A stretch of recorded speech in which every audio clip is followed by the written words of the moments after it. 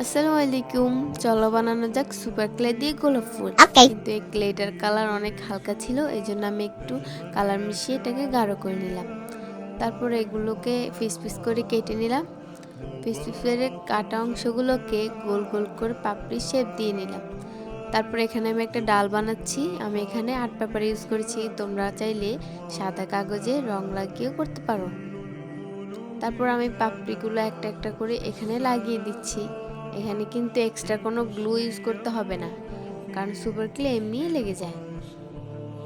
এখানে আমি সবগুলো পাপড়ি লাগিয়ে নিলাম, হাত দিয়ে একটু ছড়িয়ে দিচ্ছি। তারপর এখানে আমি আবারও নিয়ে নিলাম আর্ট পেপার, 4 ভাঁজ করে এগুলোর জন্য 2টা পাতা বানিয়ে নেব। তোমরা ভালোভাবে লক্ষ্য করলেই দেখতে পারবে কিভাবে আমি কেটে নিচ্ছি। সুপার ক্লে দিয়ে কিন্তু সবাইগুলো ফুল বানানো শেষ, আমি কিন্তু সবার শেষে বানালাম। কারা কারা বানিয়েছো আমাকে কমেন্ট করে জানাও। যদি আজাইরা ভিডিওটি ভালো লাগে তাহলে একটা লাইক দিয়ে যেও। আল্লাহ হাফেজ।